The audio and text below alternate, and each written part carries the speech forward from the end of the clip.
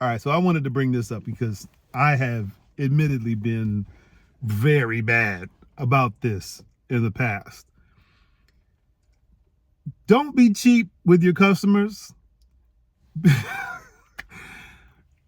Pick the solution for your customer that makes them happy, even if that means spending a little bit more money on your side, even if that means making less profit in the short term, right?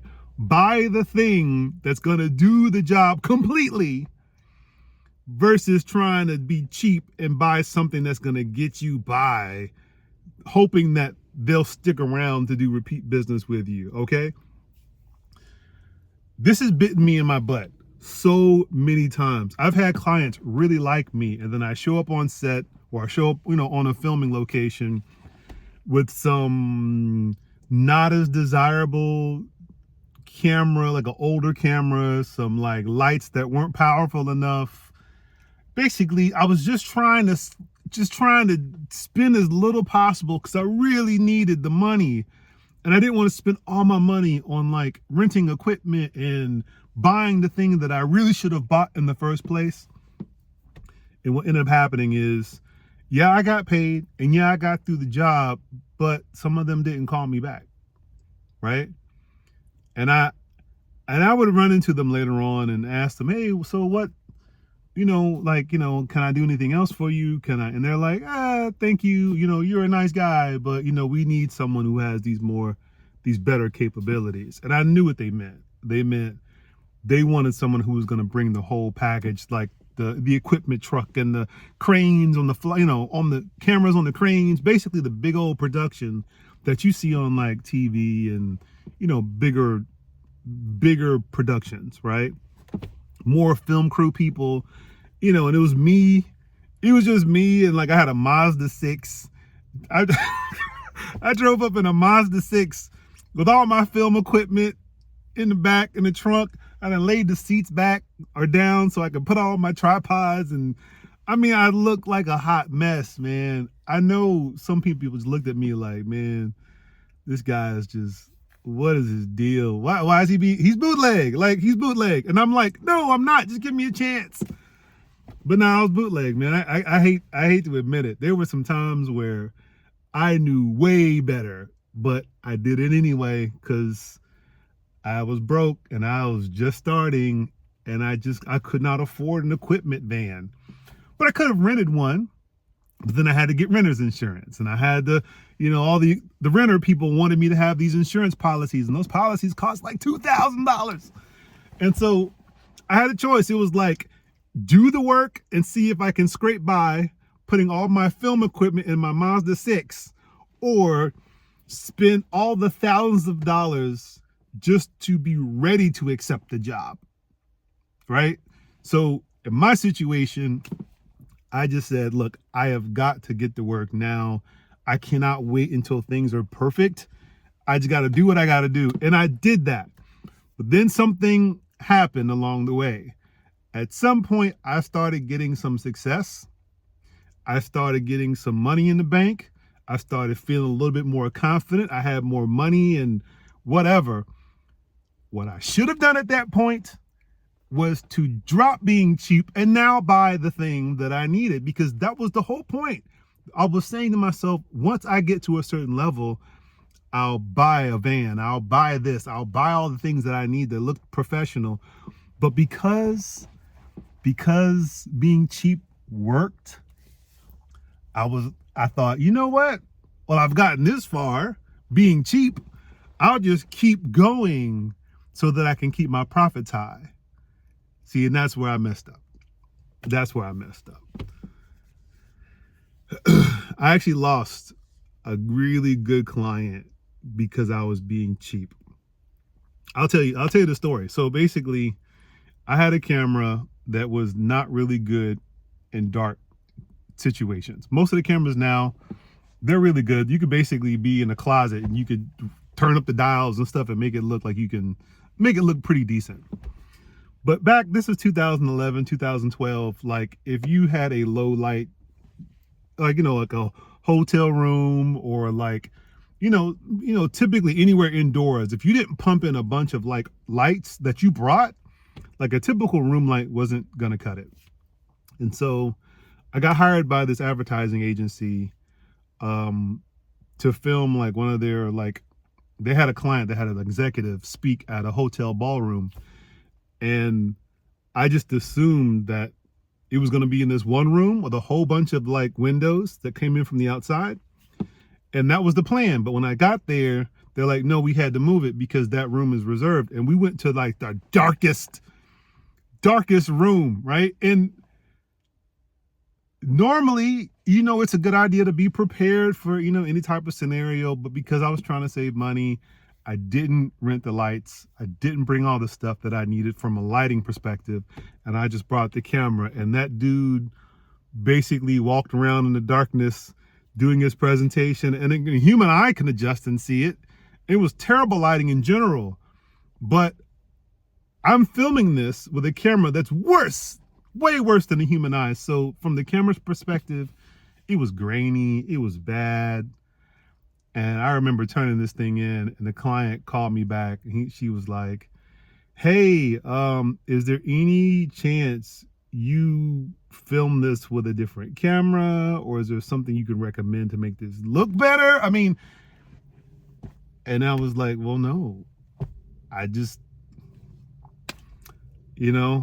I got paid and I was happy, and, it helped me pay my mortgage, which was the point. But truthfully, at that point in my business, I could have sprung for a nicer camera, or just had the foresight to say, let me just rent these lights and just have them on deck, right? But that would have been like, maybe a couple $100 to have those lights just on deck, right? And if I didn't use them, it would have felt like I wasted it, right? Those lights were $300 to rent, but the job paid $3,000.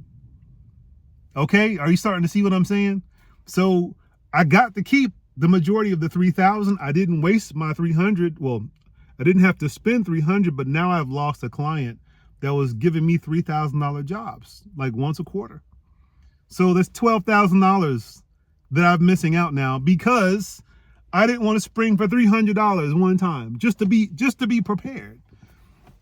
So, and again, I'm not saying that you're going to do this. I'm saying that just be aware of that, because truthfully, the reason I did that is it was a scarcity mindset, right? And yes, I could probably jump back into my childhood psychology as to why I did that and why I'm scared of spending money, or this idea of wasting money, or like spending money that I don't need, or don't, for something I don't use, and I feel like I'm guilty or whatever. There was a scarcity mindset in those initial years because I was terrified of being homeless and running out of money, right? And that's why I'm doing these videos, because there's the motivational side of this, but then there's like it's 9:30 at night, you got a bunch of emails, everything's past due, you got a girlfriend or a fiance, or you're married, or you got kids, and everybody's looking at you like, what's going on? And your parents are like, hey, what's happening? and they kind of know that your life financially is like taking a nosedive, but you're just trying to keep it together, and you're trying to put on these appearances like everything is cool, and it's not. So hear me when I say that $300, yes, from a business perspective, would have made perfect sense for me just to rent the stinking lights. But from a real life situation, I could not afford spending $300 on something I didn't use. It would have been smarter to. And that's kind of why I'm making this video.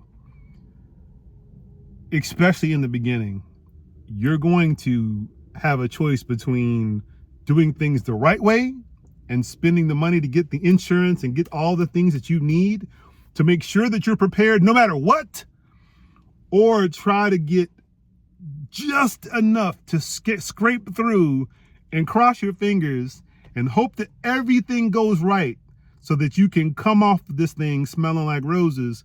Because if one thing goes wrong, you're going to either fail the job, not be able to deliver, or ruin your reputation, or take a hit to your reputation, right? So I say this as a cautionary tale, man. I got so many other cautionary tales. And the root of it was a scarcity mindset. Being so worried about failure that I wasn't really planning for success. And I have another video in here talking about planning for success.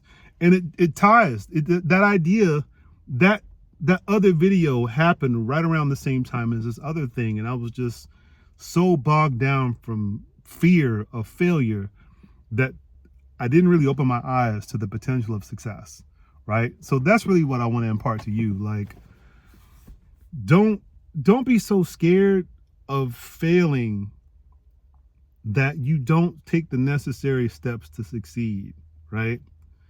And so what's so funny though, you can get initial success and you can actually skate by for so long that becomes what you do, never realizing that you're pissing off your customers, right? Never realizing that you are actually closing the door to multiple opportunities because of this thing you think that works. And I'll give you a prime example. I worked for this guy, and he had another video production business. I worked for him full time for a while, and this dude was notoriously cheap, like notoriously cheap. Like, he would not hire professionals. He would hire like people out of college. He would hire like volunteers and try to train them on how to do stuff properly. He basically was trying to save the budget for a crew, right? And so he would just try to do all the work himself and then just hire bodies to show up with him to say he had a crew of 5, right? And because he was so good at what he did and he was so active, most people thought that the whole crew knew what they were doing, but it was really just him and maybe one other person. But being in those environments and on those jobs, I would hear the client talk and they would recognize, okay, yeah, this person doesn't know what they're doing. They were clearly not. I mean, they dropping stuff over here, breaking stuff. It's clear that these people are not professionals. They're laughing, they're joking, they're not really up to par. And I'm talking major corporations were making little comments, and I would try to communicate that to him and say, hey, look, I think you really need to jump, and really finally move up and like set the bar at a higher, set a higher bar. But he had gotten so comfortable being cheap that he thought that was the winning formula. But I'm hearing clients basically say that if he had done this, done that, they would have basically continued to use him, and they stopped using him. So I know it's a long video, but I just kind of had to like tell y'all, like, seriously, please don't sell yourself short. Don't be cheap. Don't be scared, right? Do what you got to do. Don't go overboard, but do plan for success. Do believe in yourself. Do have faith. And most importantly, be prepared to do any job you accept, and be prepared to excel at that job. Don't try to scrape by. Don't try to think short term.